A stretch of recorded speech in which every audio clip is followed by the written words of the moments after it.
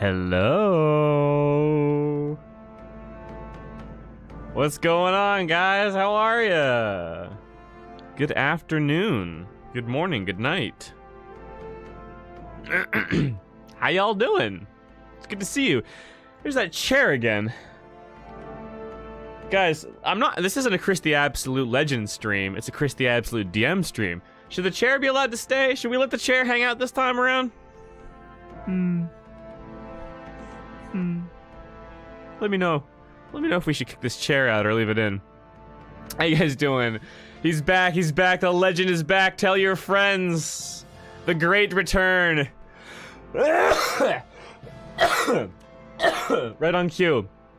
I'm still a little under the weather. For those who don't know, I caught the Rona a couple weeks ago. I've been out of commission for a good couple of weeks now, at least. Been out of commission. It was really bad for a day or two, and since then it's just been very pesky. So I'm feeling pretty good. I'm feeling decent. Just a lot of coughing. Just a lot of scratchy throat and runny nose. So if I cough a lot during the stream, or I have to wipe my nose a whole lot during the stream, please forgive me. I hope you don't mind. I do be having that scratchy throat syndrome, but we're here for another D&D stream, a Elder Vale campaign diary. Y'all know what it's all about. No need for introduction. We're going to talk about Elder Vale. A couple of sessions have happened since the last diary, so we're going to be covering 2 sessions worth of content. Short sessions, 2 hours long each. But good amount of little content. So I'll be talking to you guys for a couple hours maybe. Go through it. And it's going to be a great little stream here. My first stream in a couple weeks. Man, I'm out of practice. I had to get myself all shaved and clean because I let myself go. I got real unruly during the 2 weeks of sickness. But your boy's looking handsome, looking fine, looking sassy. Again.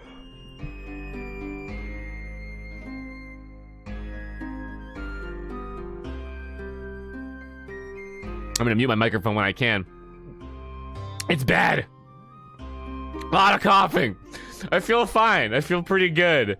I wake up. I feel in the mornings. I still feel a little congested, but anyway, sorry.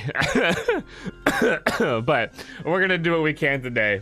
Chair is chill.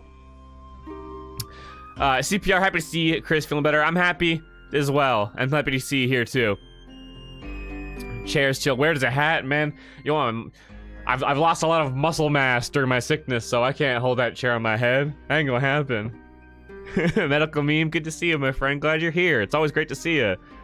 Let it be, let it be. All right, we'll let the chair chill this time.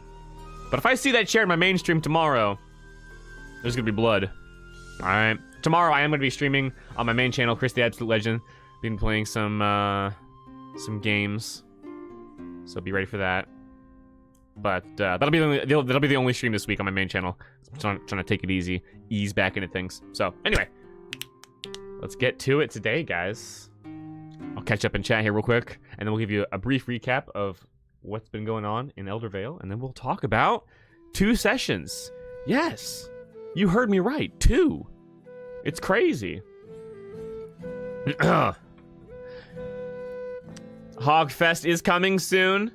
The comedian Dimble Flutterfoot is going to have his time to shine. Hogfest hasn't happened yet. It'll happen very soon, though. The next session will be Hogfest. The 2 sessions I'll be covering today are more Hogfest preparations and some spooky plot developments. As you can see by the name of the stream, Signs in the Night. Those of you who have been paying attention to how the story's been progressing and the campaign building live streams, y'all know where it's going. So, excellent stuff. Cough it out. That's the thing, right? Ain't much coming up. Yesterday, a lot of crud was coming up, but today it's just dry coughs. It's just scratchy, dry coughs. It's just itch. So I wish I could cough it up. Ain't coming up.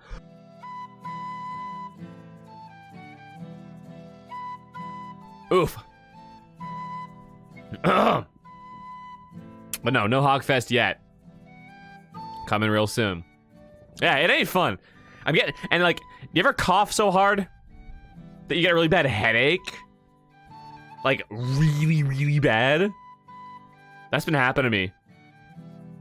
Like, I'll be coughing all day, and then by the nighttime, I have it, like, just splitting pain because I've got so much cough pressure coming up my skull. Oh, it's bad. But, hey, listen, I'm alive, I'm well, I'm fine, I'm good.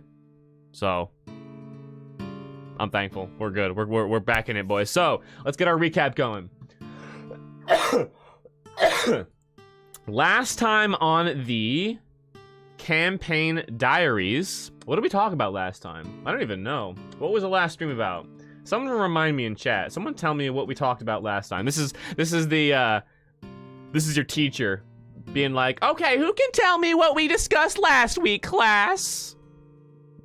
Who can tell me what we read in chapter 5? Who can tell me what chapter we were even in? I'm pulling up stuff as we speak. I'm pulling up, getting some things ready here. Last time was investigations, which was the session where I believe Hoffman did speak to the pickpocket Nathan. That was 2 sessions ago. That session ended with Hoff having a little heart-to-heart with Nathan, being like, hey, man, listen, you gotta get you some friends, gotta let us help you. Last session started where that picked up. Yes, Stout Shaco. We spoke about the crazy later in Dimblefeets. Yes. Leah spoke with Granny Stormvane, crazy old lady, who saw the man who stands in the town square, and he watches, his eyes always watching. Yeah, we talked about Granny Stormvane. Morgaine spoke with Dimble Flutterfoot, our gnome comedian turned chimney sweeper who saw something freaky in the chimney. And Rhonda spoke with Father Samuel of the All Temple of Hogwood. And the priest, the head priest there at the temple, has felt some funny feelings. He's felt some funny feelings flooding about in the fair town of Hogwood. In the temple specifically, he felt some funny things. Funny things. So the session ended basically with them rendezvousing together and deciding, all right, listen, we're going to help Hogwood out a little bit more, but we're also going to investigate all these mysterious happenings, these leads. So, picking up, let me pull up my notes and we'll get into it. Also, I got some graphics here, of course. Gotta have them. Hold on. There we go. Our great party. Leah the Wood Elf Ranger, Rhonda the Human Paladin, Morgaine the Green Dragonborn Druid, and Hoff the Monk, the Halfling Monkey Monk. Also known as, their false names, Susie, Lacey, Lizard, and Humph. Let's move this chair a little bit. Here, get nice and cozy, chair. There we go, it's a little better. Medical Meme has a question that I'll hold for later. Excellent. If you sense a appropriate time to ask your question, then go ahead and ask it. If not, we'll put a pin in it because I've got some. I always like to have these sessions be a little bit educational as well. So I have a couple of teaching moments to give you guys as I go. And then at the end, if you have questions about the plot or questions about D&D in general, you know, we can ask and we have a little bit of chat. Be cool. So, notes. Here we go. Hold on, one more cough attack. Let me get it. Let me try to get some out real quick here.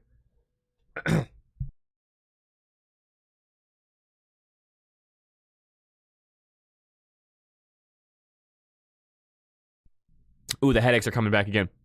Also, I got a little gunk up that time. That one was productive. Oh yeah. Also, let me really quick message. I have pain medicine right here. I was about to say, let me message my wife about pain medicine so I can help with my headache. I've got some right here. Oh boy. Let me take some aspirin real quick, guys. Let me do some drugs. Do some drugs on camera.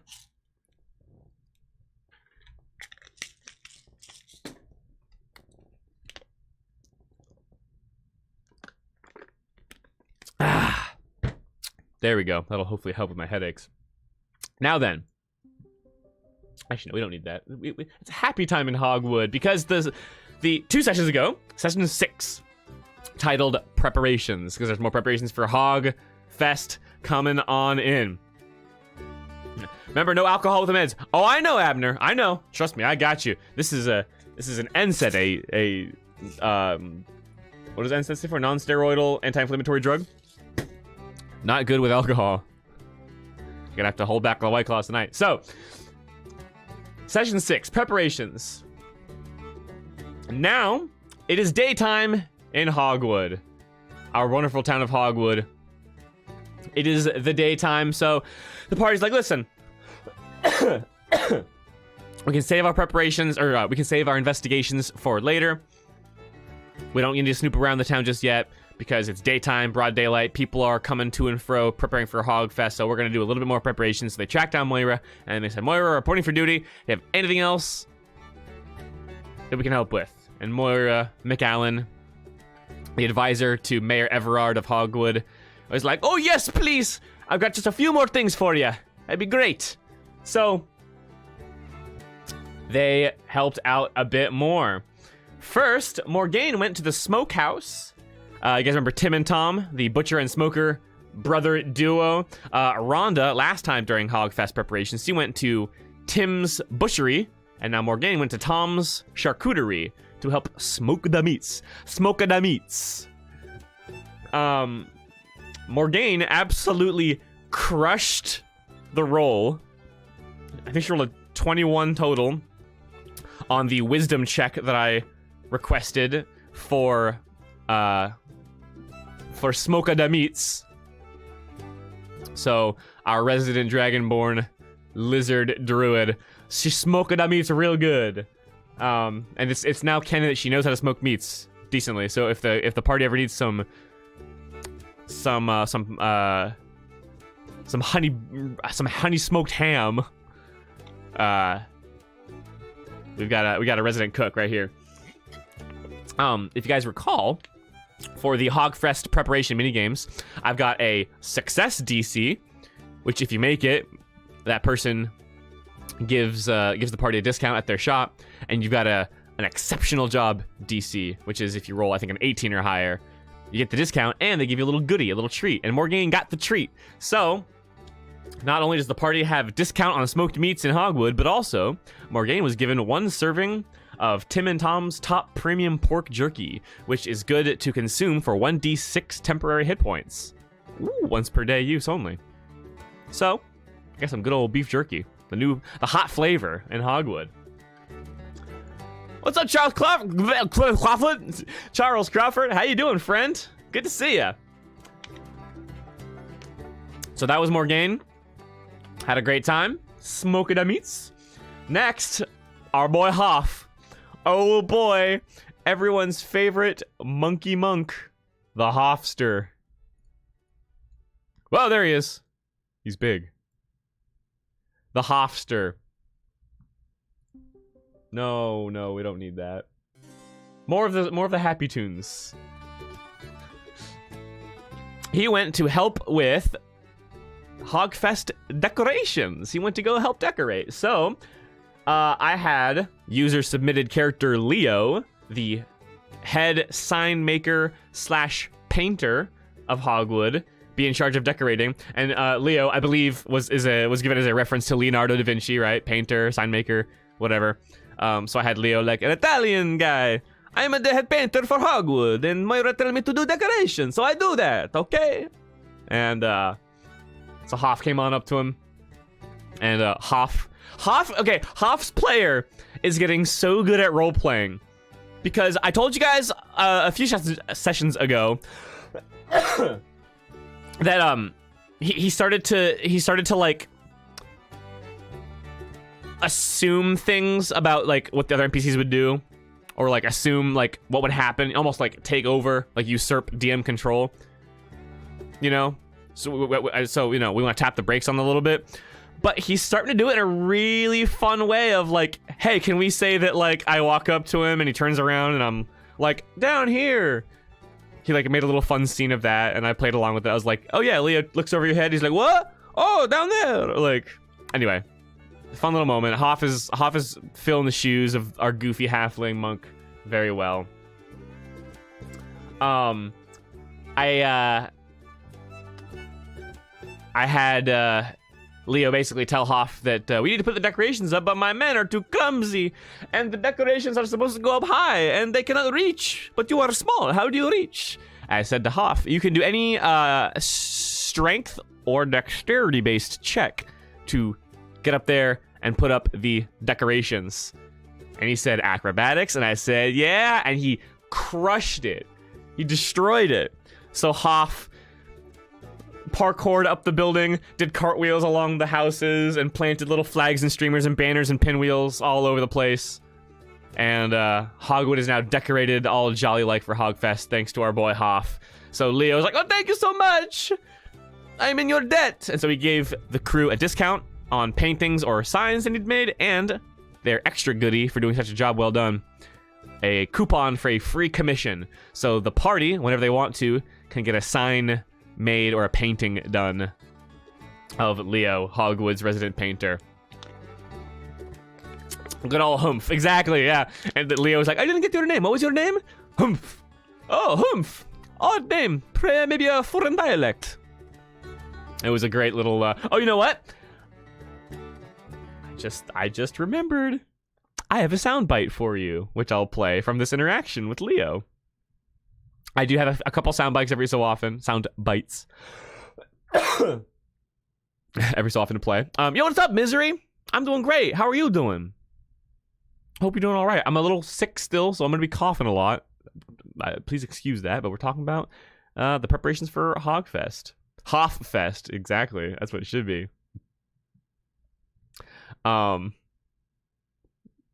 anyway, we got a little soundbite here because Hoff concluded the interaction with Leo with a really goofy, silly little little farewell, and I'll play right now. Let's see, is the volume good? This might be a little loud. And I like stamp my. Okay, there we go. So this is immediately after Leo gave Hoff the coupon for a free commission. And I like stamp my feet, and then jump in the air, and click my feet together, and I say, "Oh boy!" like a Disney character. Oh boy! I love it. Right on. Some of your enthusiasm rubs off on him, and he's like, yeah. I'll see you later. Yep. Bye, Leo. So long, Humph. Thank you again. And he waves as you run off, and the scene ends with a freeze frame of Hoff jumping and pumping his fist in the air. So, sorry, the volume was a bit weird. I had to play with it. I tried to play with the volume as it was going, but yeah, he said he did a little like Disney character like jump up and click his feet in the air and stamped his feet, was like, oh boy. And so like Hoff's doing a great job just being a goof, which I love. which is appropriate because Hoff's player in real life is a silly, goofy guy. So it's great. Should have given inspiration. Maybe I should have. You know what? I think after this whole arc, I'm just going to give everyone inspiration for a just a general everyone job well done on roleplay. I need to give inspiration more often. I'm really bad at handing it out because I never think to do it. But all of them have blown me out of the water. Blown me out of the water? Blown it out of the water. Blown my mind. Blown my mind with their roleplay skills, so I should. How long will it take until they stop using the fake names? I don't know. We'll see. I think they're going to stick with that for a long time.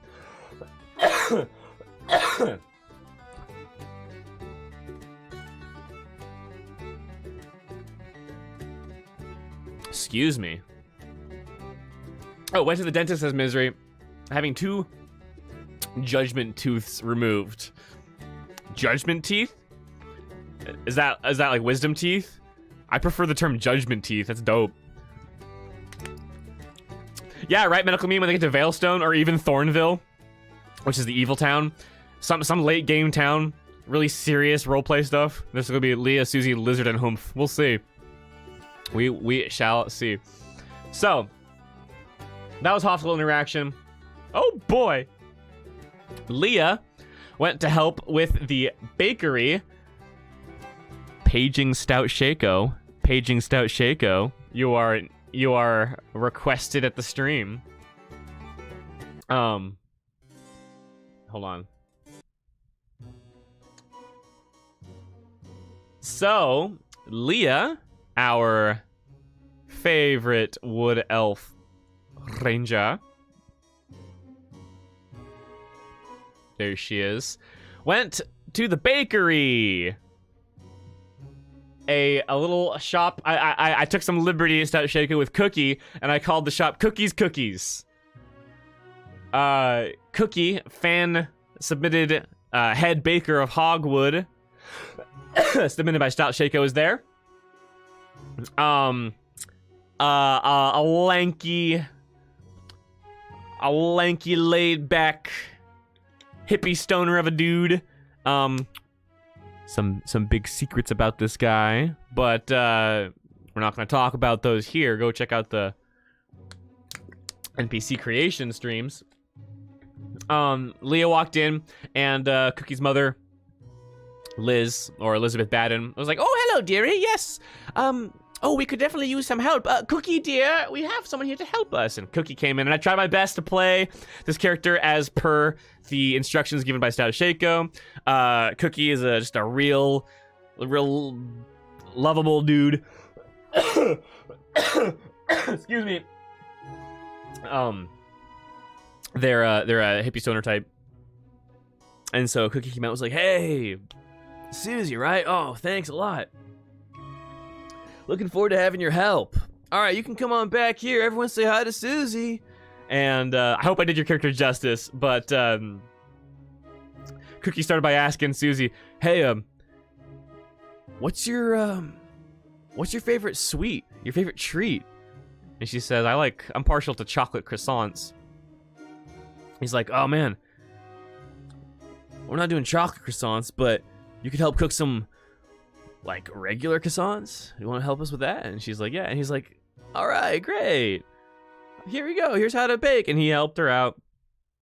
And Leah did very well with the checks, but not she did not surpass the exceptional job well done score. So she just did a satisfactory job.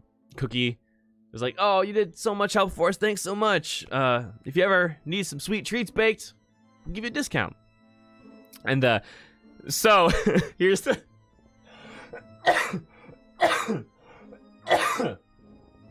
this is a moment that I already told Stout Shake about in a PM. But Leah's player did the funniest shit ever in an emote message. Basically, in Roll20, when you swipe /EM, it flavors your text as like Leah does this, you know. So Cookie was like, yeah, you can help us cook the croissants, and I'll go cook my special candies. It's like my signature treat. It's my thing, you know. So I'm gonna go cook those while you bake the croissants. And the cookies in question, or the goodies, the sweets in question, were a little picture that Stout Shaco sent me. These are cookies, special candies. Those like like rolly, syrupy, hard candy that you chop up and makes these little hard candy bites, and the little pandas. They're adorable. And he's like, "I'm gonna go make my signature candy while you help with the croissants. All right, thanks a lot." And he went over and started making the candies. And Leah, in an emote message, said, hold on, I have to do justice by reading it verbatim. Where is I'm going back through the text in the actual session.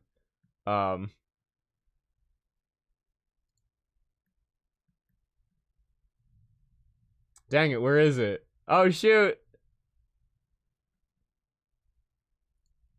Give me a second, guys, sorry.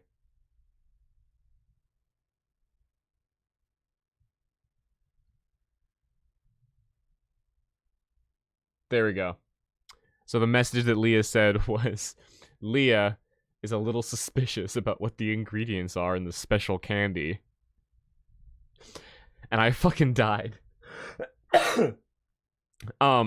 The stoner hippie vibe has been successfully sold. Because Leah made that hilarious observation. And to remind you guys, Leah's played by my mother-in-law. So that was especially out of left field to me and really blindsided me. It was really funny. And then Hoff added on, Hoff is feeling a hankering for said candy. Which also was a bit of a shock to me.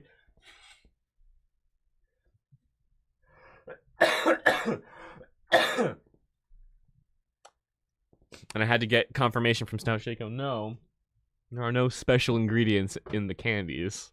Not these ones, at least. These are for the festival to hand out to kids and stuff. But needless to say, the vibe was sold and the personality came across successfully. So, good stuff. Cookie made a big impact on the party, in part due to the party's own joke. It was great.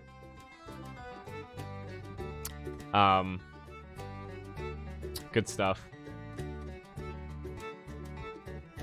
Cookie is a character who has some mystery surrounding them, which we might revisit in a later session. We'll get back to that during a campaign planning stream, perhaps. But that was it for Leah. And then after, I forgot to toss this in. If Leah had done a great job, she would have gotten some special candies, which you can eat to give you like a +1 or +2 to any roll. It's like a very small bonus, but you can pop them.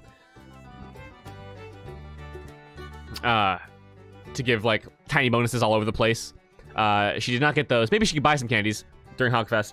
But I did have Cookie go up to Leah and be like, hey, we don't have enough time to bake chocolate into the croissants, but I made you chocolate glaze. You can glaze some croissants with some chocolate if you want. And Leah was like, oh, great.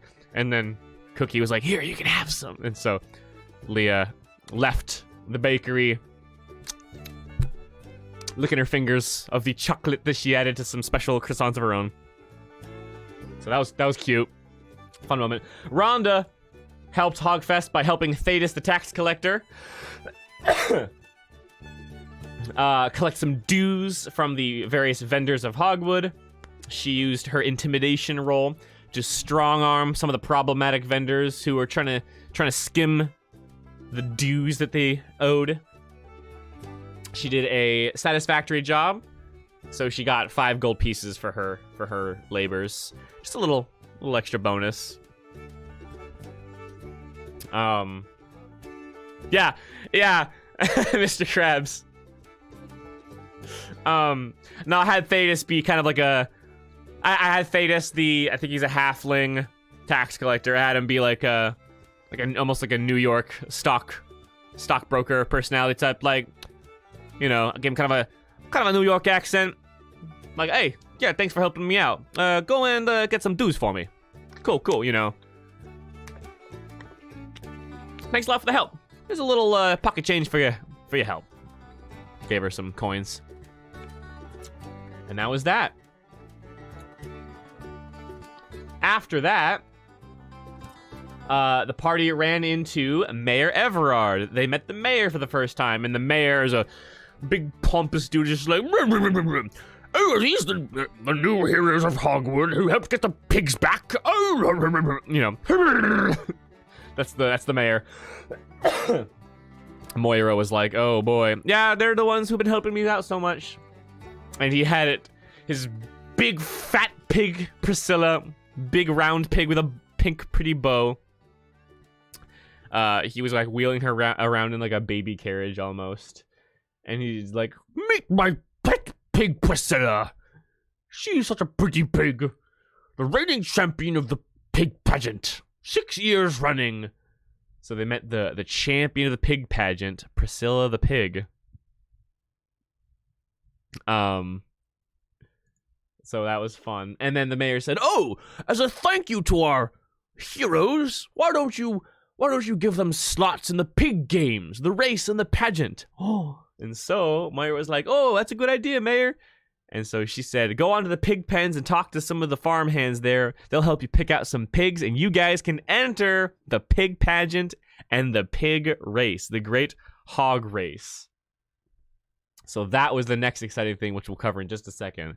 Every word he says must start with a P. Yes, Five Cats. As a matter of fact, I have chat here. Rhonda Lofton fakes a smile matching Moira, and Rhonda Lofton blinks with every puh. Rhonda Lofton blinks harder with more flinching with each puh, because the mayor kept going, "The prized pig of Hogwarts pageant, Priscilla, my prized pet pig. She's so precious and pretty." So that was, yeah, good catch, Five Cats. That's exactly how it went. Colombian Redneck, welcome. Got the Futurama Nixon Giles vibe. I don't watch Futurama, but I'll take your word for it.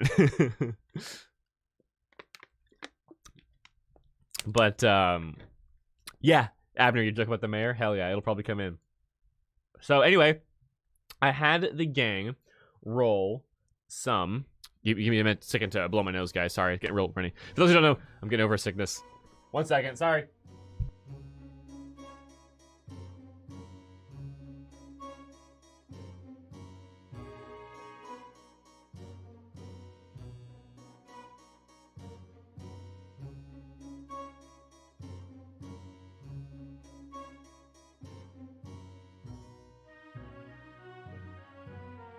I'm back. Sorry. All right. So, I'm going to clue you guys in a little bit on the pig mini game for selecting pigs for the pageant and the race. I told each player they can join either the pageant or the race. And we've got... Whoop, whoop, whoop, whoop, whoop. Sorry. We have Hoff and Leah wanting to join the race, while Morgane and Rhonda want to join the pageant to defeat the mayor. Leah was like, "I don't want to beat the mayor. I don't want to get on his bad side." But Rhonda, being the competitive paladin that she is like, no, we gotta beat that porky pig Priscilla. Thank you, Statshake. I appreciate the kind words. Old Fishy, yeah. Hey, guess what? Old Fishy made a bit of an appearance. I'll get to that in just a second. But the pig racing rules basically were that for the race, they work very similarly. For the race, I had each of the race participants roll a nature check. Wait, no, sorry.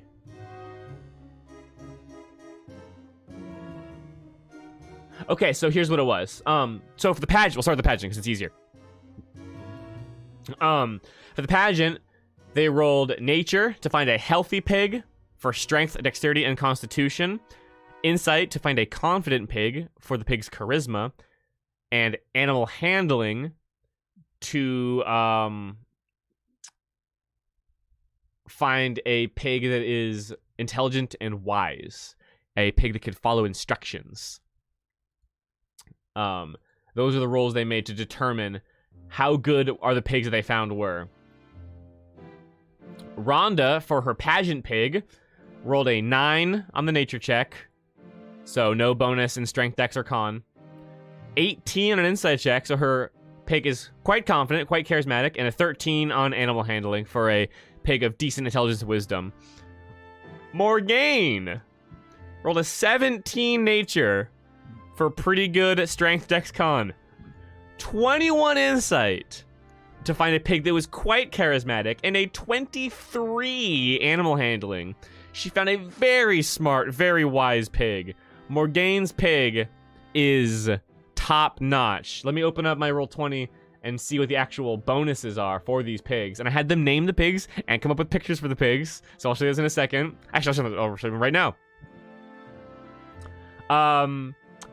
Rhonda's pig is Doug. Doug the pig. She wanted to find a pig that looks sad and kind of sickly because the pig is not the best in the physical department, but he's very charming. That's Doug the pig. And then I rolled separately of the 6 ability scores. Each pig has proficiency in 2 of them. That's just random natural talent.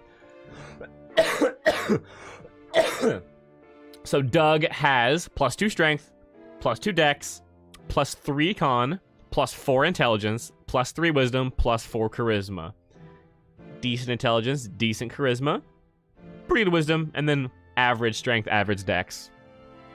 That's Doug. Let me read you the actual description of Doug that Rhonda wrote. I'll give you all of them. They spent a lot of time on the pig stuff, and for good reason. Rhonda says, my pig is solid black and a little skinny, but has a little smirk. Not super photogenic because he's black, but with proper lighting, he looks cute. Which is true. Like, it's kind of the runt of the litter pig.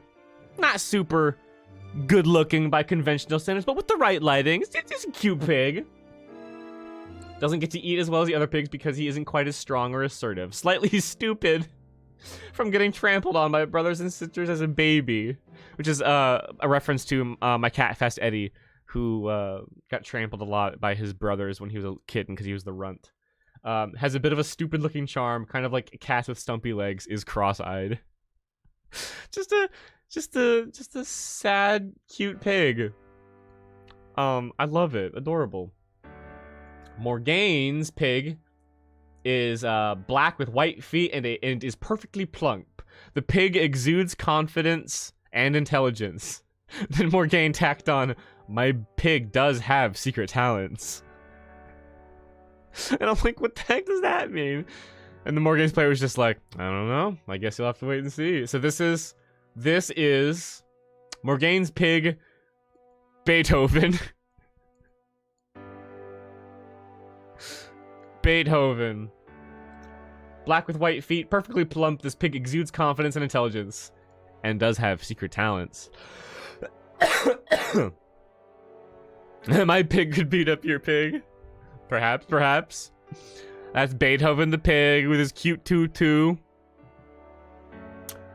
So that was the pageant rule. So the way the pageant's gonna work is each pig has just 6 ability scores.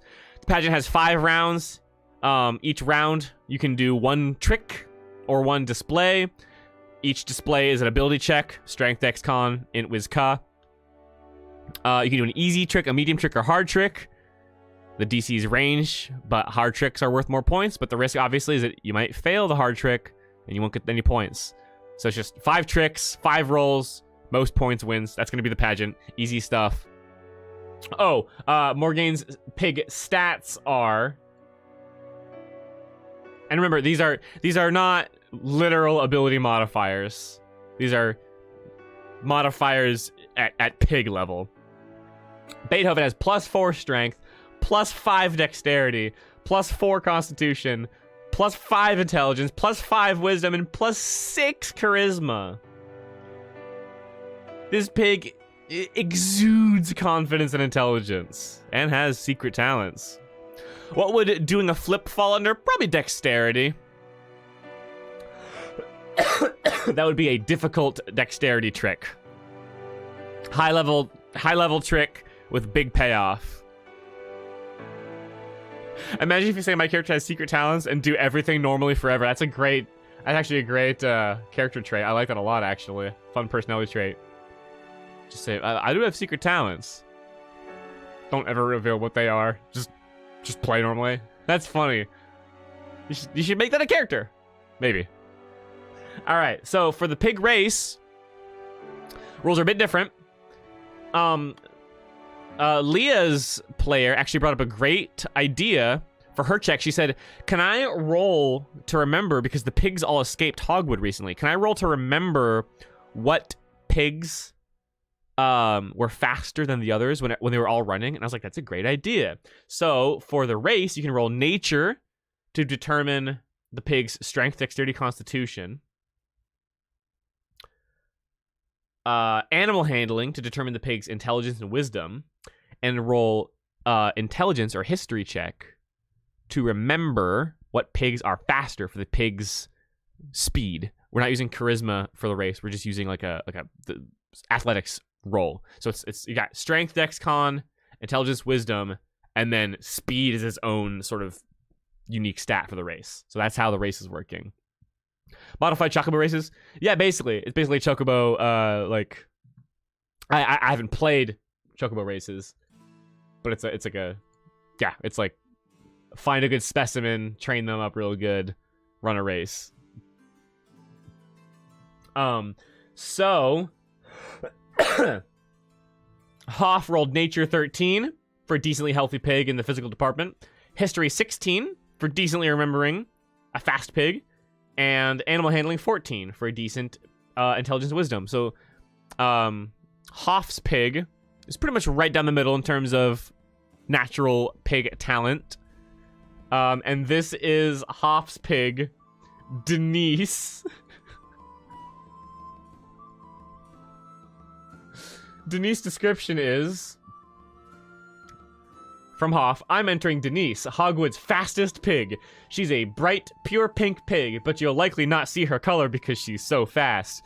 Rumor has it that she's so strong, she broke through 5 fences in 3 days. Round of applause for Hogwood's new champion. Next victory, the Hogwood Olympigs.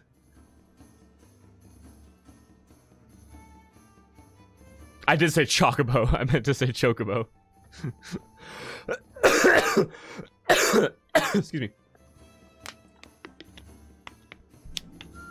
That's Denise.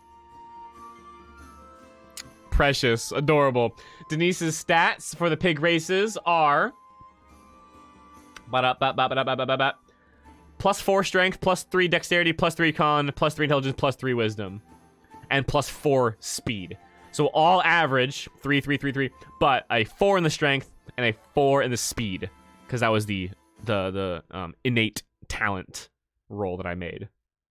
So pretty decent in terms of all around, very strong contender for the race. Leah rolled not quite so good for her pig. Nature 13, identical to Hoff. History 10 to remember a fast pig, and animal handling 14. Actually, oh wow. No, I forgot. Leah's nature and animal handling were both identical to Hoff's nature and animal handling. But Leah rolled much lower on the history check, so the speed stat was...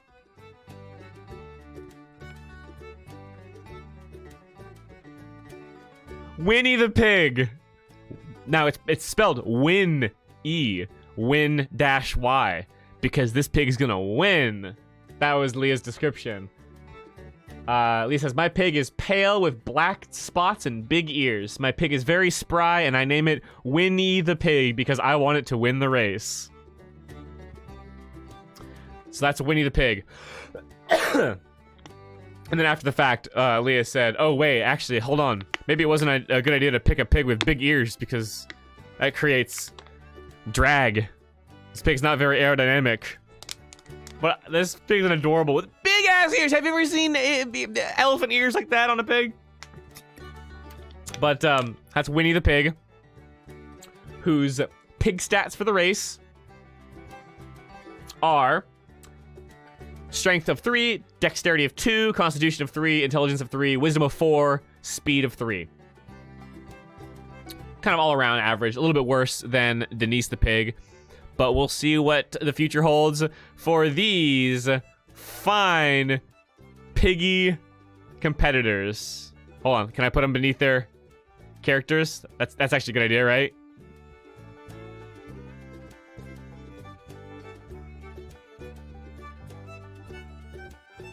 There we go. That's perfect. There we go. That's the gang! So the race rules are a little bit complex, a little bit more a little bit more excuse me, complicated. But basically, there's gonna be a grid. Actually, let me get a screenshot of this so that I can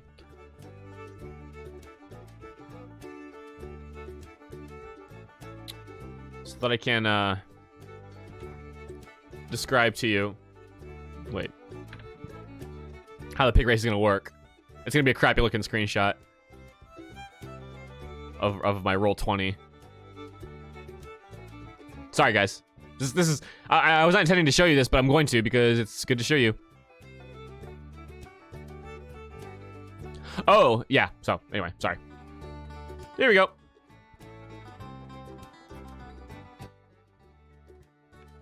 Sorry, wrong screen. Here we go. So basically, we've got the tokens on like a racetrack, a grid like this, and this is how the race is gonna be laid out. So basically, at the top of every round, every pig is gonna roll for speed, just a d20 roll plus their athletic stat or their speed stat. And if they roll high, they can move ahead 1. If they roll low, they move back 1. If they roll really high, they move up 2. If they roll a crit, they actually roll up 3. If they roll low, they might fall back 2 or even 3 on a nat 1. And basically, the way to imagine this is that the ground is moving. So we're not tracking the pig's individual 5 feet of movement. We're tracking how wide and narrow the gaps are between the pigs, you know? So they're all running along the pace at this track, but they're changing positions relative to one another as it's going. So the quick, I'm not going to give you the in detail rules right now, but the quick and dirty description is basically at the top of every round, you roll your speed stat to see if your pig moves up or back a little bit. If pigs are blocking, so if like all 3 squares are blocked, you can't move up. But if you manage to roll high enough to go past them, you can like athletics to bump your way through. If you're adjacent to a pig, then we go into initiative order. And on your turn, your pig can either go pedal to the metal to, let's see, full speed ahead to give them advantage on the next speed check. Prepare to give advantage on the next obstacle check. Brace, which is advantage on a strength check to avoid a bash from a nearby pig, or bash to try and bap a pig next to you and knock them back a little bit. So they can command the pigs to bump each other on the track. Reminds me of chase rules in Call of Cthulhu. I've never played, but yes, it is chase rules where there's like gaps between. Anyway, I'm gonna message my wife real quick, tell her to turn the AC down a few notches because I'm very hot right now. This stream's going on for it's going a lot slower than I wanted, but oh well, we have a lot to cover.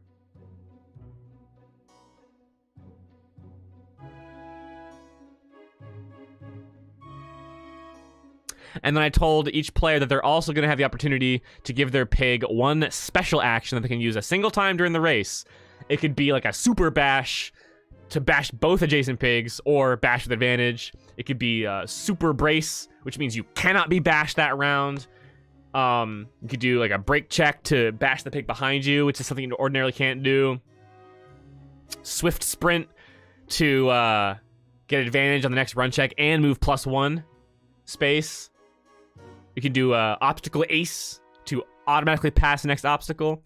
So every round, or every other round after the actions, there'll be an obstacle check, which will be like a fence that you have to jump over with strength, a balance beam you have to balance over with dex, a mud pit you have to trudge through with constitution, tunnels that you have to navigate through with intelligence, or an open field where you have to find your way to the next part of the track with wisdom. There'll be those 5 obstacles will be rolled. Have I played Eldritch Horrors? No, I have not. I have played Betrayal at House on the Hill, though, which is a horror board game. It's very fun. So, that's all the pig stuff there is. Oh, actually, no. The gang also rolled to survey the competition. So I gave them a little bit of inside info on some of the opponent pigs. Guys, listen up. Some of the pigs that you submitted were spotted. What pigs were spotted? Let me go check.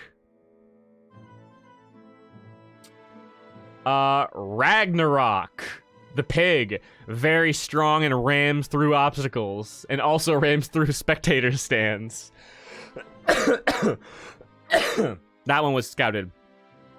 Luigi's Mansion Betrayal. Yes, that's actually that's extraordinarily accurate. That's what I need to call it that from now on. That's I love that. They found Underpig, and as you can see from the screenshot, Underpig was at the qualifying track. They're gonna do a little qualifier in a mini session before the main event to help us practice these mechanics. Cookie the pig, who does not perform very well, but gets a turbo grape boost when their trainer throws a grape on the ground. Graham Cracker, a very old elderly pig that falls asleep, entered by Granny Stormvane. They found that one. Roadhog, a huge hog that'll run other pigs off the road. Maybe Roadhog's special skill is that he actually occupies 4 spaces. He's a large pig. I just came up with that. Hold on. I need to write that down. That's good.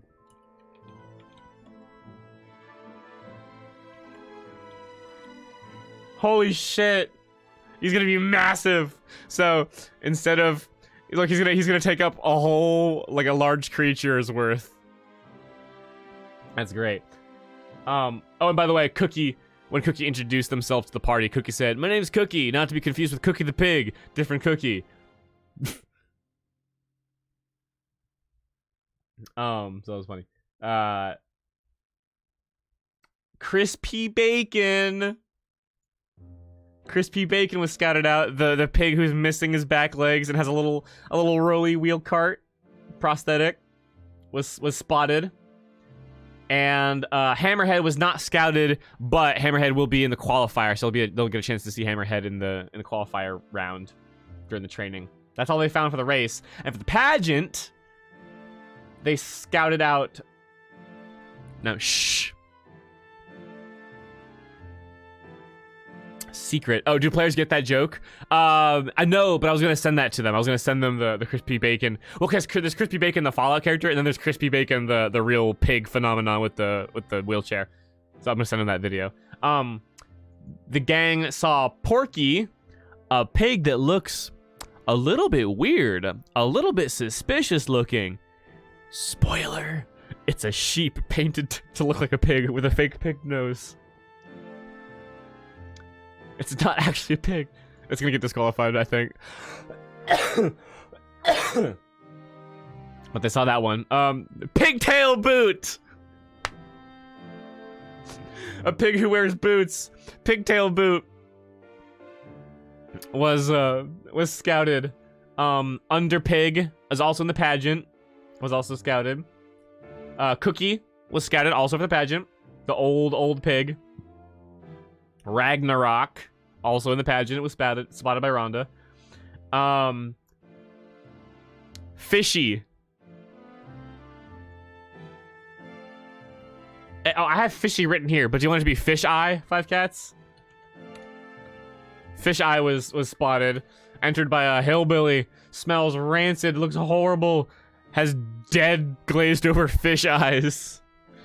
Is in the pageant. That was scouted. And Graham Cracker. Oh, sorry, no. Cookie was not entered by Granny Stormbane. I think I said that. That was wrong. Cookie entered by Thea, a black pig that loves grapes. Graham Cracker, the old pig by Granny Stormbane, is also in the pageant. Graham Cracker also was found. Old Fishy. Got it. We'll do old Fishy. So, that's fun. That was the pig minigame preliminary rollings. We got the gang. They got to scout out some competition. I'm going to do a miniature session, hopefully before the next, the big Hogfest session, where they're going to be able to practice the mechanics in a qualifier round, where basically, however far they get on the track is going to be their time, and then they'll start at that position in the main race. So that'll be cool.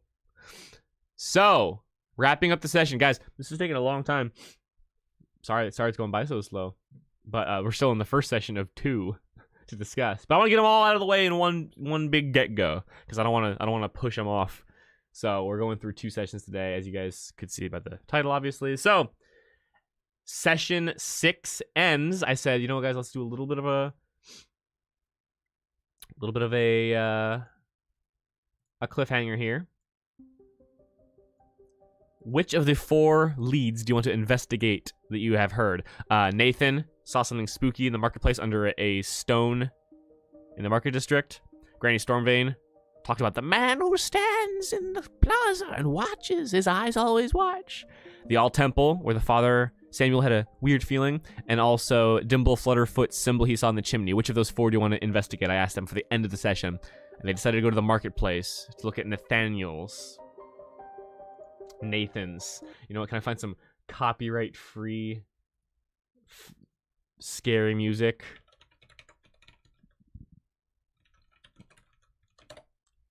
Here we go.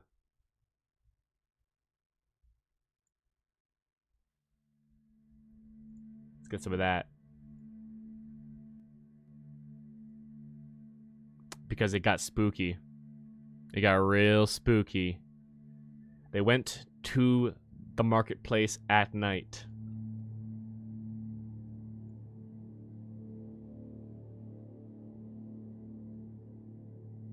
Nathan, the orphan, the thieving orphan, described that he has a little stash place, a little hidey hole underneath a cobblestone, where he stashes stolen goods from time to time when he needs to hide them.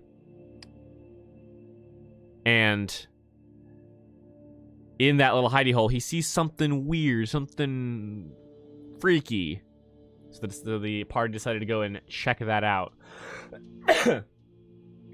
They pry open the cobblestone cover, and underneath, about 2 feet down, through dirt and gravel, there's a concrete slab. A smooth stone. I described it like a Home Depot floor. A Home Depot floor slab. And on it is a symbol carved into the concrete.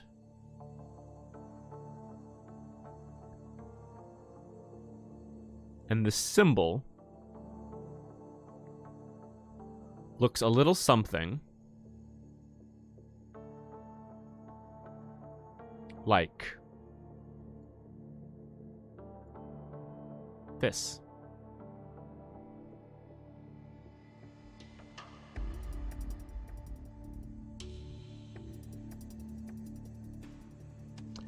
They were like, oh no.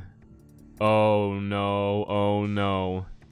I played some spooky ass music and the party was like, Kirsten especially, because Kirsten has experience playing D&D, so she knows when you see spooky fucking magic circles, you should be nervous. Also, Flutterfoot sounded like a soccer star name. Yeah. I like that, actually. Flutterfoot. So they see this. And they all decide they want to roll Arcana. What the fuck is this? And remember, the reason they're looking for these things is because the mystery, the current mystery of the session is how is Nether and Daz, our big spooky evil villain, how is he able to know everything that goes on in Hogwood, and how is he able to manipulate people's emotions? Is it just a spell that he cast, or is he doing something? And this is what they find. Oh no! Oh no! Oh no! I hate Charles. I hate that. I hate that. Oh no! No, but they're spooked. They all roll Arcana check. And I said, all of you may roll Arcana check to see if you know what this is or are able to deduce what its effects may be. I said, Hoff, you have advantage on this check. And Hoff says, I do? And I'm like, yeah. And he's like, Hoff said, am I able to know why I have advantage on the check? And I said, I'll tell you in just a second. For those of you who remember Hoff's backstory, he used to play a con where he would work for a security company that had a front as a sign-making business. They'd make signs, but they would a resident mage would inscribe a glyph of scrying on the back of the sign, and they would put the sign up at a bank or a business and spy on it, and then sell that illicitly gained information to the highest bidder. Basically, info brokers, magic info brokers.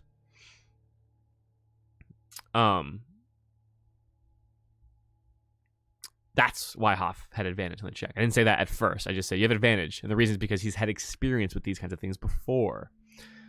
But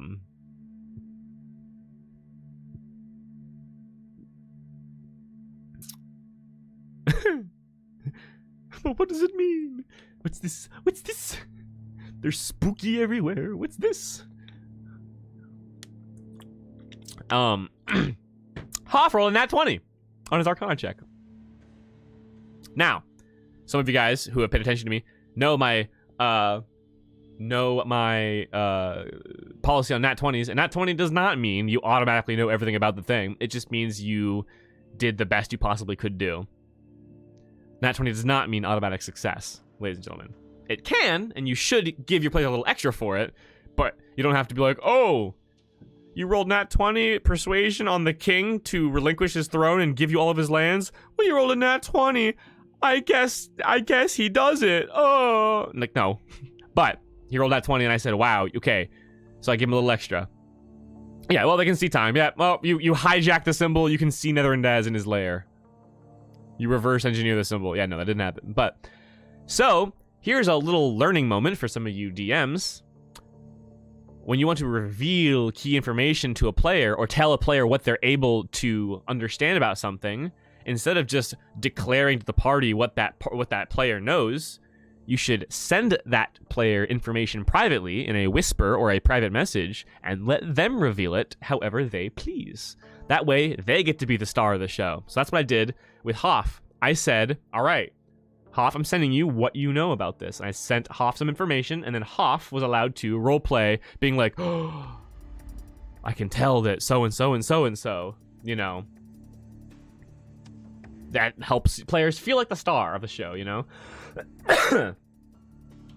So I whispered to Hoff, you recognize some markings from the Circle of Runes, glyphs of scrying, which turn this symbol into a magical rune of seeing, effectively, essentially speaking, a magical security camera. However, but since it was buried underground, you could ascertain that it doesn't literally see, otherwise it wouldn't see anything since it's buried, so it senses the environment around it, regardless of being covered or not. It can gather information, it can observe everything in the area. The runes are powerful and mysterious, I said to Hoff, and contain certain spells that you've never seen before. The range and power of the scrying effect is incredible. More powerful and more potent than any glyph you've seen before. So I gave that to Hoff and said, Hoff, I told the rest of the party to prompt the roleplay, to prompt the player without outright saying, Hoff, you can now reveal the information however you want. Instead of saying that, I said, Leah, Rhonda, Morgaine, you guys look at each other confused, but there's a look on Hoff's face like he might know a thing or two. And I prompted, Hoff, what do you say to the party?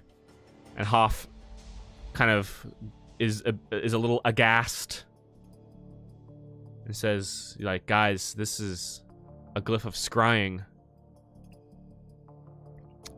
Its powers are incredible. Its range, it can see very far, but it also has spells woven into it that are unfamiliar to me. So it can see really far, really well, but it's got effects that Hoff does not recognize. Spoiler alert to those who have been paying attention, y'all know it's a glyph of scrying, but it's also the source of the emotional manipulation. So that's the other effect. Part of it is scrying, and part of it is the enchanting. Yeah, exactly, 5 cats. That's not how nat 20s work. Exactly. Yeah, it's silly. But yeah, Stout Shaco. Yeah, exactly. Use that idea for sure. And Charles, you got it right. Try to avoid speaking for your players, and if a player wants to find something out, slip them that information secretly so that they can make a scene out of it. Say, oh, guys, I've never seen something like this before. You know, like, that's cool. Always a good tactic. So that's how the scene ended.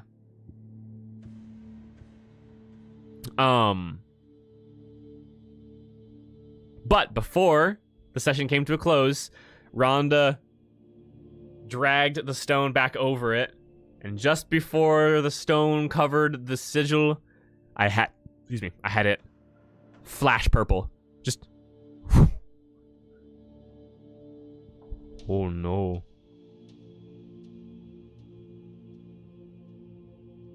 What just happened? And Rhonda, look at it again. Nothing.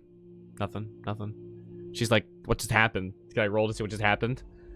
And I'm like, well, no roll necessary to just kind of have a common sense of it just did something. Whatever its effects are, it just activated somehow. So behind the scenes, it basically just snapped a screenshot. It snapped a photo. Just to give him a little more tension. Intensity is a word.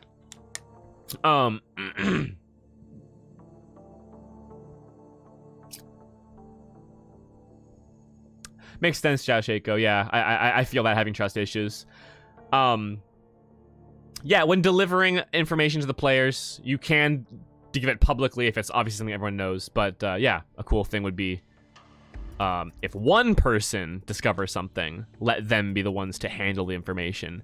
And you can also tell that player, if you really wanted to, you could tell that player, hey, I would appreciate it if you could, you know, let everyone know in your own way. That way everyone can be on the same page. Just, you know, be cool. You know, that way you know the information gets delivered. Or if they fail to mention something to other players, you could nudge them and say, hey, just so you know, remember, you also know this if you wanted to say that too. You know, because if a player has information, they might be a dickhead if they, you know, keep that to themselves. That's kind of not cool. Keeping secrets from the other party members can be cool if you do it in a cool way. But we're getting into a whole other rant. That's another topic. Just be a cool player, you know? So, anyway, sorry. Tangent, but relevant tangent. Hoff handled it very well. So, that's how that session ended. Now, then, session number 7, the next session that we're talking about today. I'm going to blast through this one probably a lot faster because it was a lot more straightforward. There was no pig antics. But the party continued their search. By the way, they waited for nightfall to do all this, obviously. So night had fallen. They found this symbol, and they're like, oh, man. And they left it alone. Now, I've got more learning experience, more teaching moments to go through as we continue. But for right now, I will just say that me, the DM, I was a little disappointed that they just left the symbol alone and covered it back up. Not that they knew they could do anything, obviously.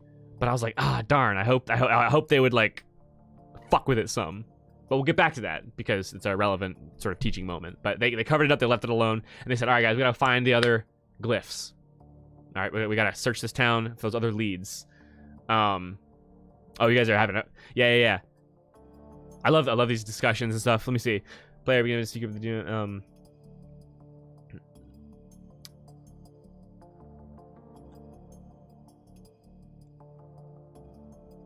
yeah.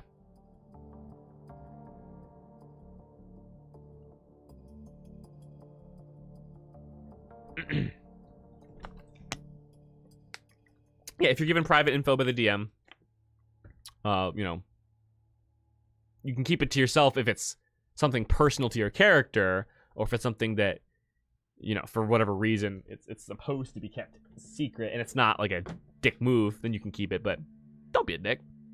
That's the number one rule of DM, or D&D, rather, DMing and being a player. Just don't be a dick.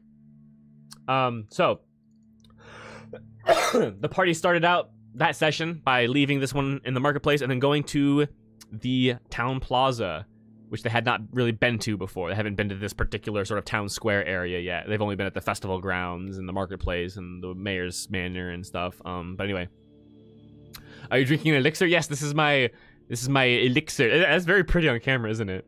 It's grape. Grape drank. It's a caffeine, you know. Yeah, and if nobody gets hurt, Charles, then like no harm, no foul, you know. So anyway, they went to the marketplace. Lean. Oh yeah, I forgot.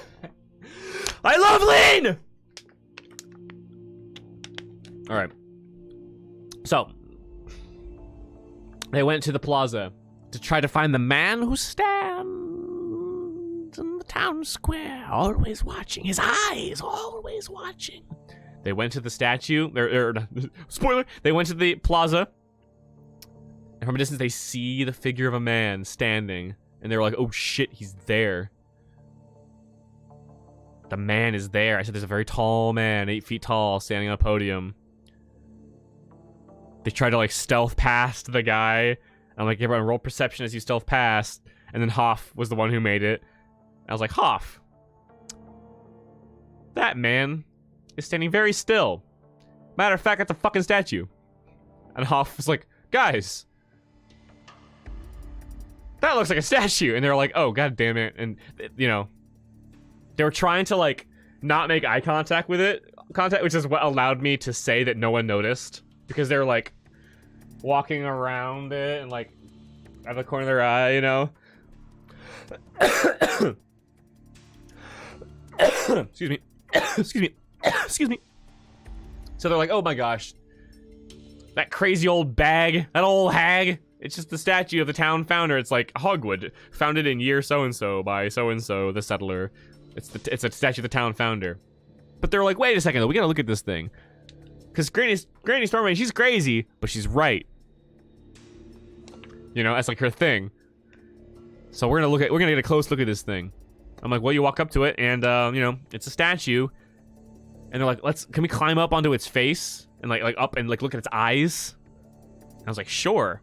But it's really high up there, so either Hoff needs to climb or you need to do some shenanigans. And Morgaine was like, hey, can I stand up on Rhonda's shoulders? Because Morgaine's very tall and Rhonda's very strong. And I'm like, sure, go for it. Roll acrobatics check to balance Morgaine and athletics check to hoist her up Rhonda. They both rolled really well. So Morgaine got on Rhonda's shoulders. And right then and there, a town watch rounded the corner and said, hey, you guys mess with that statue? No. Hey, back off. I don't want you guys messing it up. I know you guys. You're these town heroes, but please leave the statue alone. So that was the little puzzle. They had to distract the town guard, and Leah was almost like, guys, maybe we should distract him. And everyone take a wild guess who volunteered to distract the town watch. Let's see your guesses in chat. Which of our 4 daring heroes?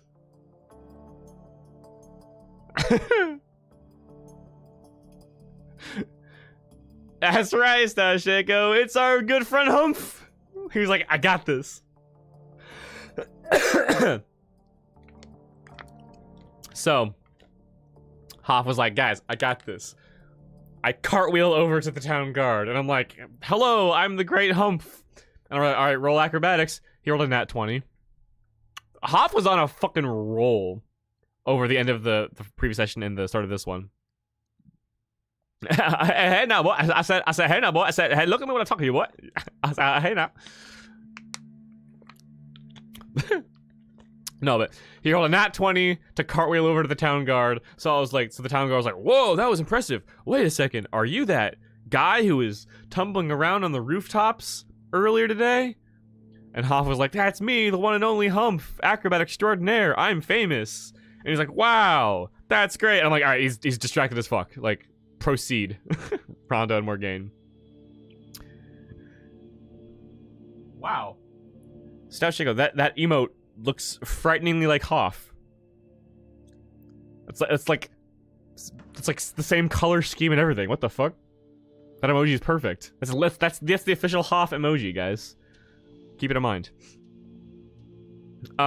Anyway, so the guard was like distracted, and Hoff was like, "Let me show you how." And he tried to teach the guard how to do a cartwheel. The guard had to strip his armor and his weapon off to try a cartwheel. He couldn't do it, but Hoff was just having a great time with this guy. Meanwhile, Morgane rolled perception on the statue. It was an easy check, but I had her roll anyway. Get the torch real close. Look at that statue's face, and sure enough, in one of the statue's eyes, another symbol. Oh shit. Second symbol now on the statue's eye, which of course is a big statue, so the eye is like kind of, you know, a good size. Carved. There it is. So they're like, oh shit. All right. That's it, guys. These glyphs are everywhere. So they got down. Next stop, they went to the church. The All Temple, that is. The doors were locked, windows were shut, lights were out. When they got to the All Temple, they all peered through the window, but it was too dark to see inside. They did see a figure laying on one of the pews, but they remembered that Granny Stormvane, they let her sleep at the church because she doesn't have a home. Oh, yeah. If you rolled a 1, it would totally be a trip. Charles, hey! Carlbot ain't here to fuck us up. I know, right? Sorry. I wonder if... There's probably, like, DICE Streamlabs bots that can do some shit. I'll check that out. But anyway, they went to the church, and not much happened. They could have broken in. They could have busted in there and found, spoiler alert, another symbol in the church, but they chose not to. They just said, all right, well, let's just leave. So this party is pretty lawful, guys. They did not break into the closed building.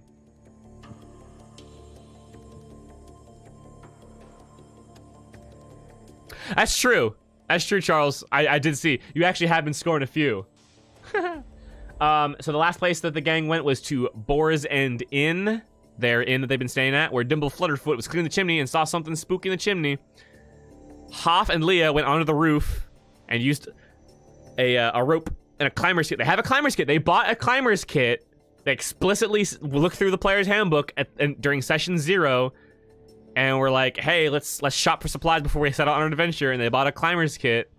It cost quite a pretty penny, but they went for it, and it came in handy because Hoff strapped in and rappelled down the chimney, while Rhonda and Morgane went inside to distract the townsfolk from any noises that Hoff might have made. And sure enough, Hoff managed to fit a torch above his head in the chimney as he went down.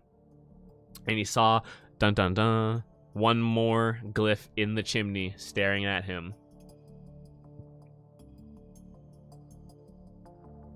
I'm having a bad feeling about Henry with all this lawful junk. Oh, Henry ain't gonna have a good time.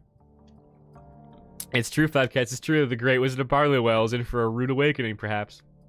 So anyway, Hoff went back up the chimney and was like, yep, it's right there. Leah started asking some prying questions about this sigil. She's like, okay. She said, how big is it? Is it on a single piece of stone, or are there creases of stone that go through the symbol? Where's it looking exactly? How deep are the indentations? Like, she started asking real specific questions, and I was like, good, yes, pester me with questions. These are good. It was on one clean, basically the chimney's made of like stone bricks, like stone, almost like cinder blocks. It was on one stone, flush. The indentations are like maybe a centimeter deep, but very, very, very cleanly cut, almost laser cut, as though, like, you know, laser carvings on wood, very like clean, precise cuts. It's almost like that. So definitely not naturally carved. Definitely placed with some kind of spell or something. So they found that. And then Leah, a fantastic player who's done some great things, did the ultimate thing. And I was so glad for it. And here's the learning moment of this session. Charles got to go back and watch it. Yo, Charles, you got to watch all the Elder Vale VODs, my boy. Because this campaign rather, has been pretty great. Watch the creation VODs if you want to see the creative process, or just watch the diaries if you just want the story. Either way, but yeah, I would love it if you watched. I hope you enjoyed. Thanks so much. But anyway, up until this point, I was like, dang it, they're just looking at the glyphs and then leaving them there. But as a DM, I have to have integrity. I said, let them do whatever they want. Don't give them any hints. Don't railroad them. Don't overbear them with your DM will. Just let them do what they gotta do.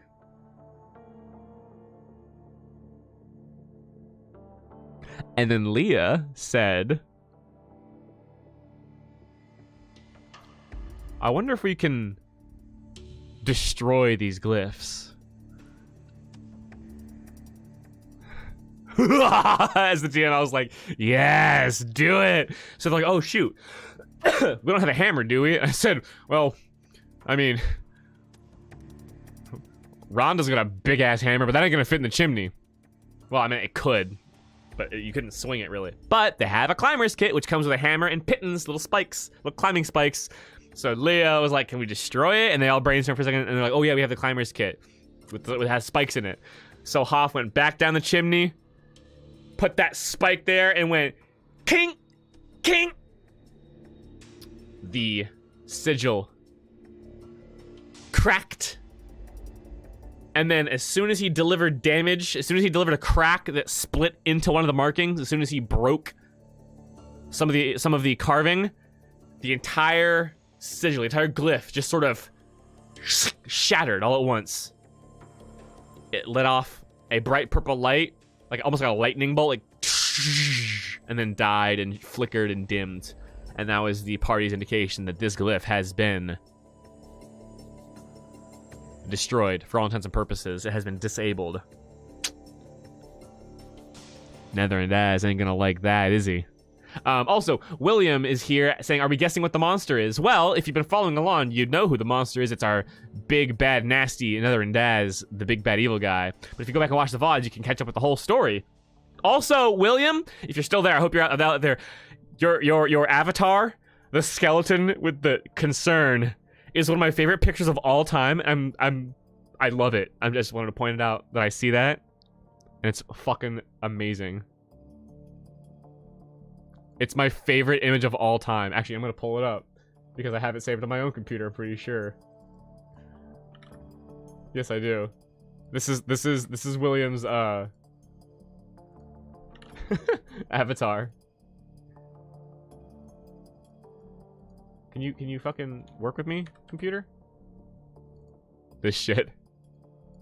This is my favorite. This is my favorite image of all time.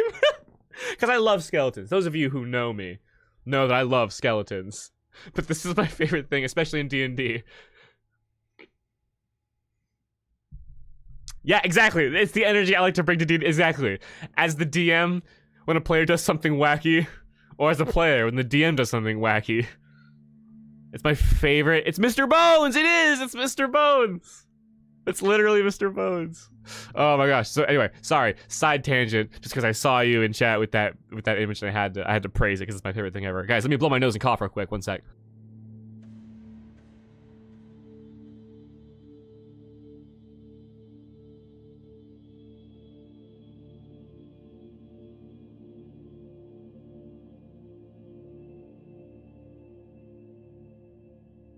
Thank you. Sorry. Excuse me. What does the skeleton have to worry about? It's already dead. Probably a Holy Avenger. Or some such. Some destroy undead, perhaps. Anyway, so Leah was like, what if we tried destroying them? And the party was like, oh, good call. Rhonda made a little distraction downstairs by putting out the fireplace. Well, actually, that was beforehand. Rhonda had to put the fire out so that Hoff could do it without fucking suffocating. Hoff cracked it, smashed it, glyph broken. And they're like, all right, cool. Now let's go see if we can destroy the others. So they went to the statue next. And side note, because I said that I had a teaching moment, here's a brief little teaching moment for you guys that I ran into as a DM. A little bit of a not quite a mistake of mine. A minor hiccup that could have been an oopsie if I had chosen to handle it worse than I did. But Rhonda was like, hey, before Hoff does that, before Hoff tries to interfere with this sigil, I'm gonna cast Protection from Evil and Good. Good call, Paladin, good call. You never know what the sigil's gonna fucking do to you.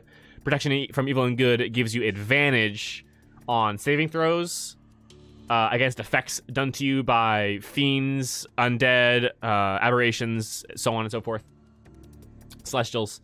And those creatures have disadvantage on attack rolls against you, I believe is how it works. So, if this thing tries to do something to Hoff, good chance that it would help him resist it. So, good call from the Paladin. But, protection from evil and good has a material component. And for those who don't know in D&D, if a spell has material cost, a material component, you can bypass that with a spellcasting focus, like a paladin with a holy symbol or a wizard with their staff, etc. The only exception to this is if the material cost has a monetary value. If it's worth an amount of money, then you do have to actually have that. And also, I think if the material is consumed by the casting of the spell, you also need it for that, I think is how the rule is. The component cost from protection from good and evil is holy water or powdered silver and iron, which the spell consumes. Now, the spell the consume part, I forgot about. So disregard that for now because I found that after in my investigations. But what I honed in on was the powdered silver. And for a split second as a DM, I said to Rhonda, you do need powdered silver because silver is a currency. That is a cost. This costs silver. So you do need that. And then Rhonda was like, "Oh, but I have my holy symbol." I was like, "No, it's a cost." And she kind of was like, And then I backpedaled as a DM and I said, "Oh, hold on though. It's powdered silver, not something worth this many silver pieces." So because it doesn't say pieces, I'm just gonna err on the side of leniency and say, never mind, you don't need that. It's not a monetary cost. You can bypass that with your spellcasting focus. So I erred on the side of leniency, which I encourage you to do the same from time to time as a DM. If you don't quite know, if something's kind of gray area, just let the player do it. Usually it's not a big deal. Now, afterward, I checked the ruling, and it does say the spell consumes the component, which I think does actually mean you do need the components. But I found that after the fact. So, let's let bygones be bygones, and I let her cast it at the time because I wasn't sure about the ruling. So there we go. Also, I knew that Hoff didn't end up needing it because no effect was going to afflict him. So, especially in a case where the spell's not even going to do anything of value, I'm like, yeah, I might as well just let him do it to let them think that they're doing something valuable and let them think that they're being cautionary, which she was. She was being very wise to do that. So, like, yeah, let you take that precaution. Let you feel safer. Anyway, I'm guessing protection from evil and good is a low-level spell. Yeah, it's a first-level spell. But very good for its worth. It's actually a very, very good spell. If a bit limited in the situations it can be used in. But yeah. Fighting the urge to throw a fist hook to your party and pull them to the solution that's the easiest. Yes, exactly. Is the most difficult part of DMing. So, the teaching moment for today, aside from this spell component cost thing, is they went to each of these symbols first and found them and then left them alone. And as the DM, I was like, oh, I want them to destroy these. Because that's not really the answer. Whether they leave them or destroy them, the story's going to progress either way, and things are going to happen later on either way. Just for finding them, the bad guys are gonna get a little nasty. But for destroying them, I was like, yes.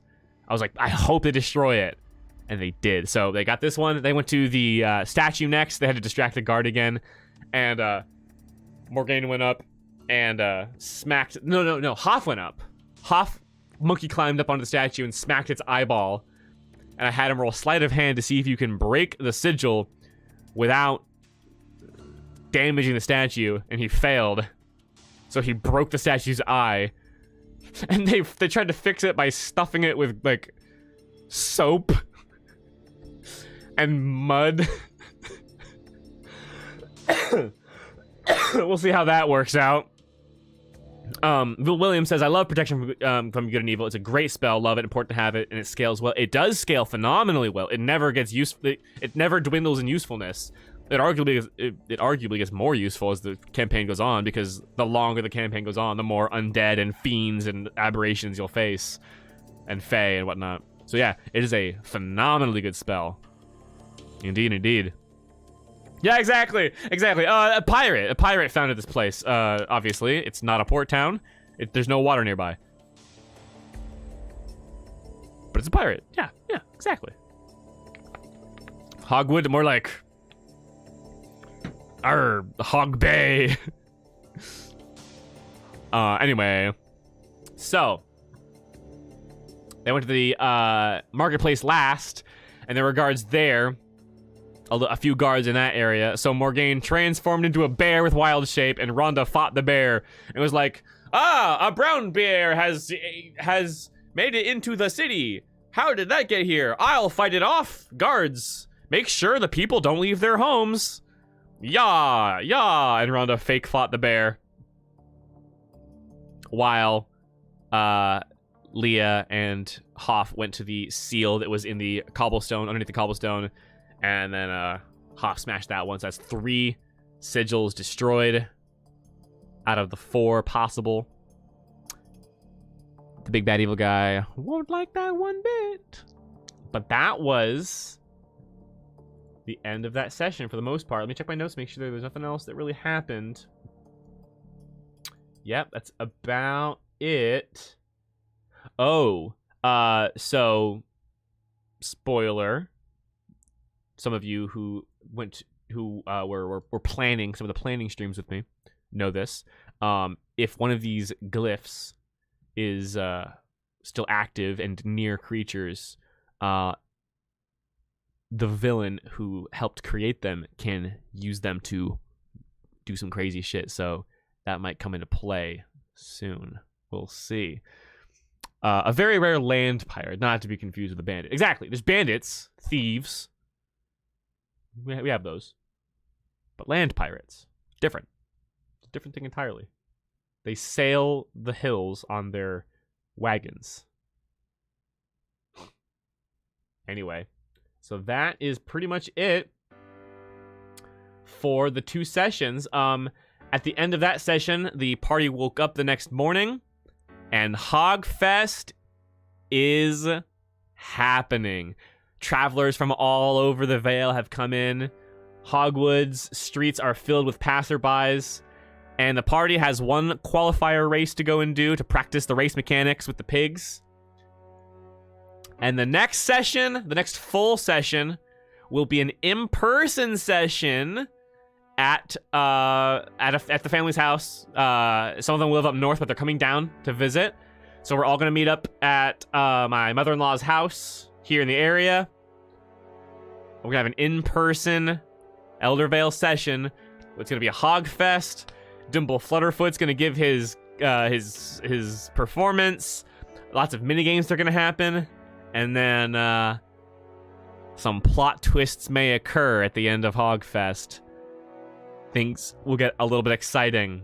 But guys, be ready. The next time you see me on this channel, the next time we do an Elder Vale campaign diary, you're gonna hear all about Hogfest. It's finally here. The race, the pageant, the minigames, the food, the goodies, the games, the comedy show, and the spicy drama that happens midway through. It's gonna be great. It's gonna be wonderful. I can't wait for it. Hogfest must go on. It's gonna be great. If it's the end, can we do discussion and questions? Yes, we can discuss in questions a little bit. Medical meme. If you're still out there, I remember you had a question. You can go ahead and ask now. I'll try to address it.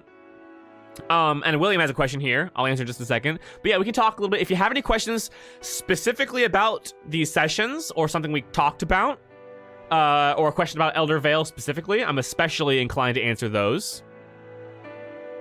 So if you have a question about that, we can answer. Absolutely. Walking the plank would be a lot more anticlimactic if you're a land pirate. Walking the plank is over like a pit, though, like a pit of spikes in the dirt. See? They make it work, those land pirates. They find a way. Resourceful buggers they are. How long have you been DMing and playing tabletop RPGs? Asks William. Wow. About 11. Almost exactly.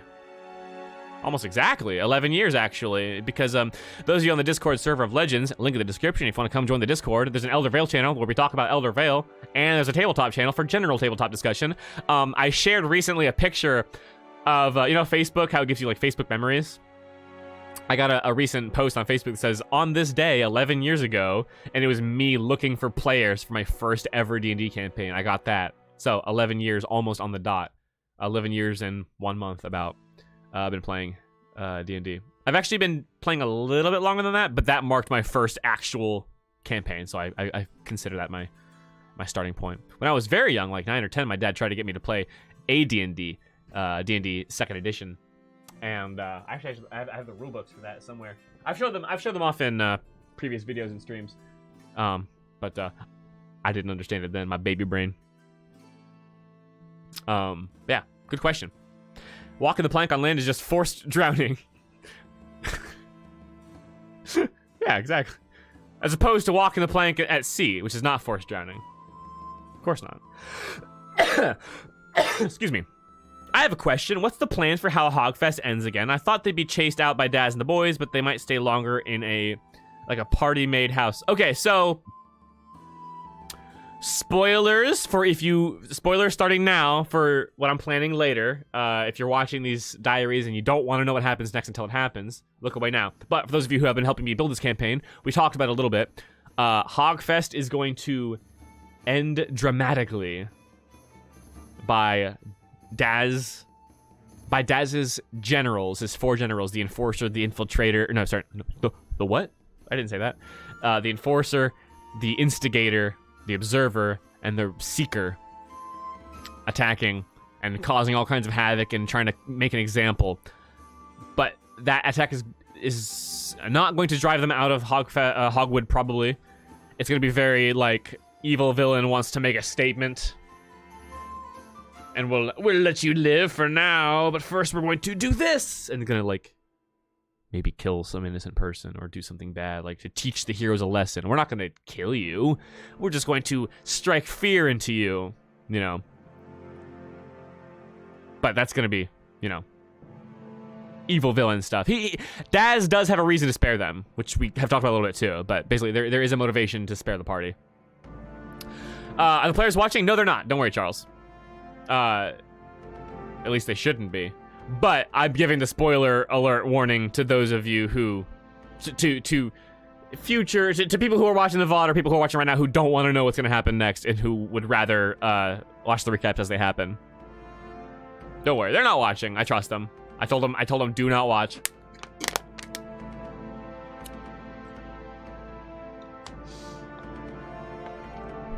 And if they do decide to watch, then they're only spoiling the experience for themselves by doing so. So, anywho. So after the attack on Hogwood, the evil villains are gonna be like, ha ha ha! Next time we meet, we won't go easy on you. But now, shut the fuck up and stop doing things against Netherindaz, our lord. You know. Peace out. And then the party's probably gonna get their own player home to customize and help rebuild Hogwood before the next leg of the adventure starts, because some instigating incident is gonna pull them out of Hogwood to other towns. Creative Hate says, I have a question. How does damage work in D&D? Sorry if it's a lot to explain, but I have watched D&D videos and they talk about 1d6 damage and all that.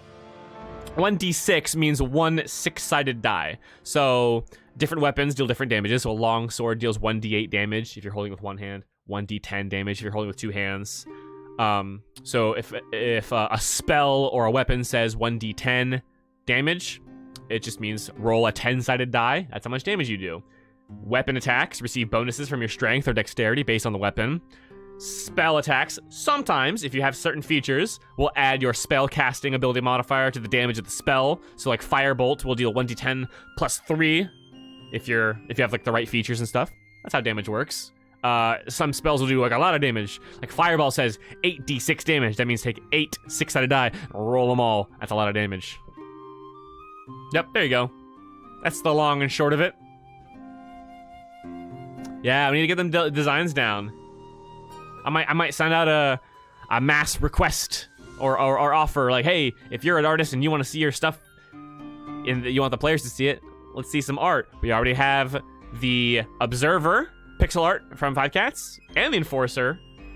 And we have the Instigator drawn by Amaro, aka Joshua Jorcoat's art account or non-art account on the Discord server of Legends. Shout out. Honest question: have you ever had a villain maintain their actual name, or do they always get a nickname and then their name is just now canonically that nickname forever? Oh,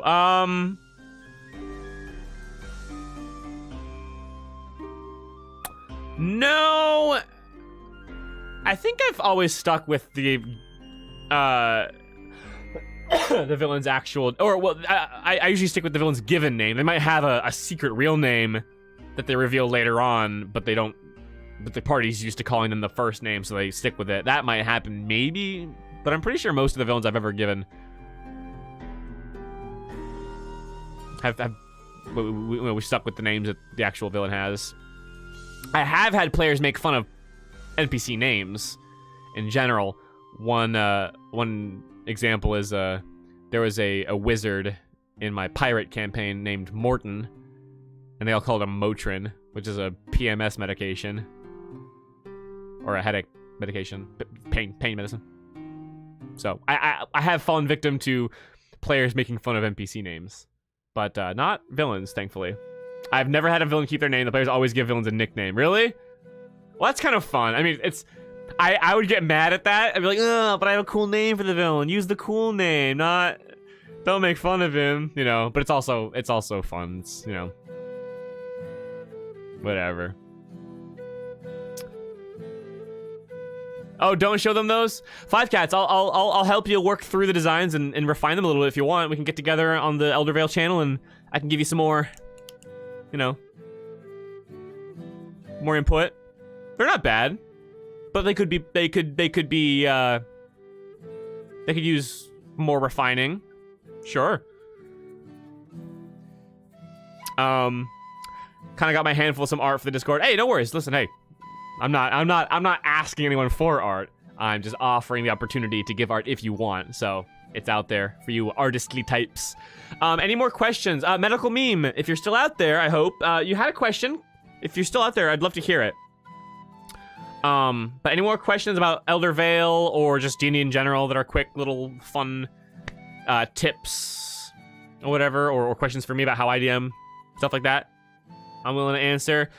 We'll wind down the stream. This stream actually went for it's a little less than 2 hours. That's actually almost exactly what I wanted it to be, so that's good. We'll wind down in like 10 or 15 minutes or so after we get through a couple more questions. Let's see. I was going big with my art at the time, causing the designs to feel empty. I'll draw them again in a smaller video game type style. That makes sense. Yeah, if you go big, you want to fill it with details. You know, I think the Enforcer one was really was a good balance. It had some details. You know, it didn't feel too empty. I think that was pretty good. The Observer, I think you're right. It could use a little more detail to it. Fair. Any plans for fishing? Says Colombian Redneck. Do you mean in real life? No. If you mean in the game, yeah, Stone Toss is a fishing village. I'm gonna have Elder Vale maybe have a little fishing minigame. Maybe with Old Man Oaks. Maybe.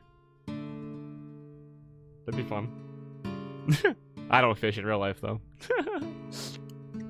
Hell yeah. One time I tried because I wanted to make a campaign that was very like survival based and very rich with the little nitty-gritty like nature details. And so I took on the task of detailing every fish species in the setting, the DC for catching them, where they can be found, their selling price, how they taste, what their uses are in terms of like, you know, are they like luxury fish like koi, or are they just like a tuna or salmon they're used for food, you know? I gave that up very quickly. Very quickly. That was a fun little thing that I tried to take on, though. If I did that again, I would simple it way the fuck down and make up my own fish, goddammit, and not look up actual fish and do real fucking environmental science marine wildlife research. Oh boy, oh boy. No, you didn't derail at all, Charles. I'm asking for questions, so you know, this is the time to talk about it. Finish your lean. I did. I threw it away. For Elder Vale players, isn't this one of their first campaigns? Yes. My wife is playing Rhonda, the paladin. She's my wife, so you bet your ass she's played her fair share of D&D with me. We actually, when we first started dating, arguably the reason she fell for me was because she loved D&D so much, and I am such a great DM. Fellas, ladies, other, D&D gets the bitches, alright? No, but, anyway. But, her mother, her sister, and her brother-in-law are the other three players, and they're brand new. Brand new. If you go back and look at the Elder Vale campaign diary, 0 entry, the introduction to Elder Vale, you'll hear the full history lesson on how this campaign came to be. And yeah, those three players are brand new to D&D, and they have blown my expectations away. Like, they have absolutely crushed it so far. Hoff is hilarious at role-playing and is taking to role-play like a fish in water. Morgane is playing her character very true to her backstory in terms of personality-wise. Leah has been role-playing really well and has been doing some really, really good... playing very smart, you know? So, yeah, they're doing fantastic. I do hope the party likes Yankee. I'm sure they will. Yankee's gonna be a fun character, I think, for sure. It do. You're the first person I've heard of that can claim D&D got you laid. Well, I don't know if I'd say it like that, but you know, one thing led to another, as they say. I actually proposed to my girlfriend via a D&D session. Did y'all? I need to tell that story in full, but it was a camping trip, and my plan for proposing to her was during a mini campaign, like a one-off campaign thing. I actually proposed to her via a fourth wall breaking dream sequence to her character. That's how I pull out the ring, and yeah, I have it on video.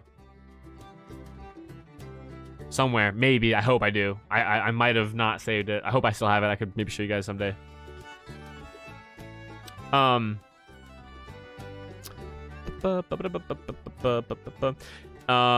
a hit. Yeah, go rewatch if you want. Appreciate it. Appreciate you watching, of course, as usual. William, do you play any D&D as a player? Yes, I do. I'm a player in 2 campaigns right now. I'm a player in 2 and a DM in 2. Right? Yeah. I'm a player in a pretty traditional style medieval adventure D&D campaign, and I'm a player in a noir themed like detectives and here say you know, that noir, you know, very cool. I play a gunslinger. So I'm bringing like a Western movie theme to the noir movie themed campaign. So those are the 2 campaigns I'm a player in. And I DM Elder Vale, and I DM a Japanese themed samurai and ninjas campaign. Charles, maybe. Sasha says, I met my boyfriend due to role playing. Really? That's awesome. Awesome. Yeah, hey, D&D or role-playing, not necessarily D&D, but role-playing in general, brings people together in many ways. Hell yeah. Well, guys, I want to be a ninja. Hell yeah. No one picked a ninja, surprisingly, for this campaign. My 3 players in that campaign are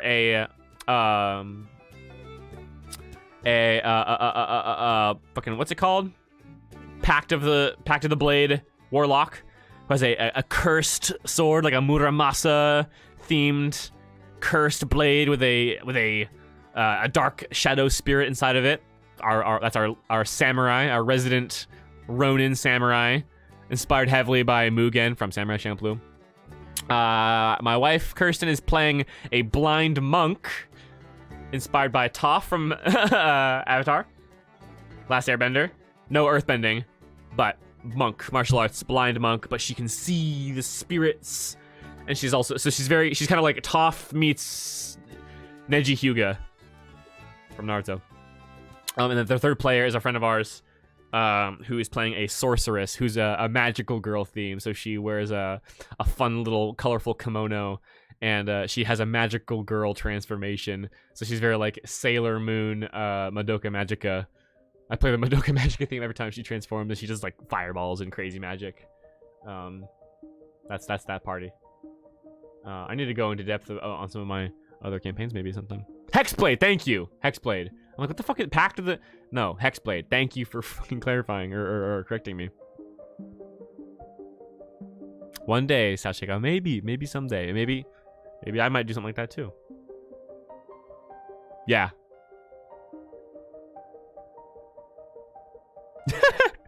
I'm 14 and this is deep.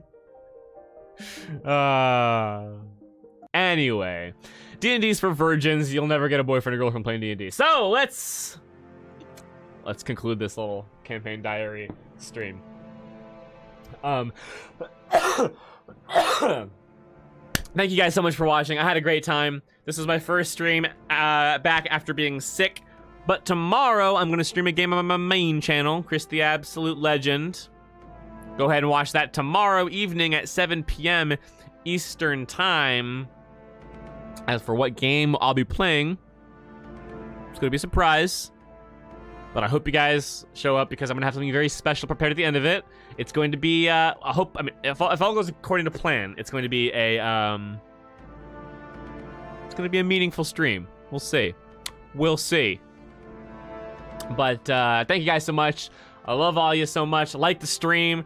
Tune into the next campaign diary for Hogfest and more campaign building live streams in the future. I'll see you tomorrow on my main channel playing some video games. Go on down to the Discord server of Legends if you haven't already. Meet me there. Make some memes, share some dreams, and we are going to keeping on with Elder Vale. Long live Elder Vale. I love you guys. Thanks again for watching. This is Chris the Absolute DM over and out for tonight.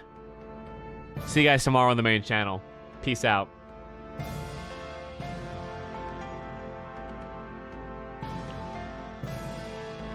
Love you. Bye.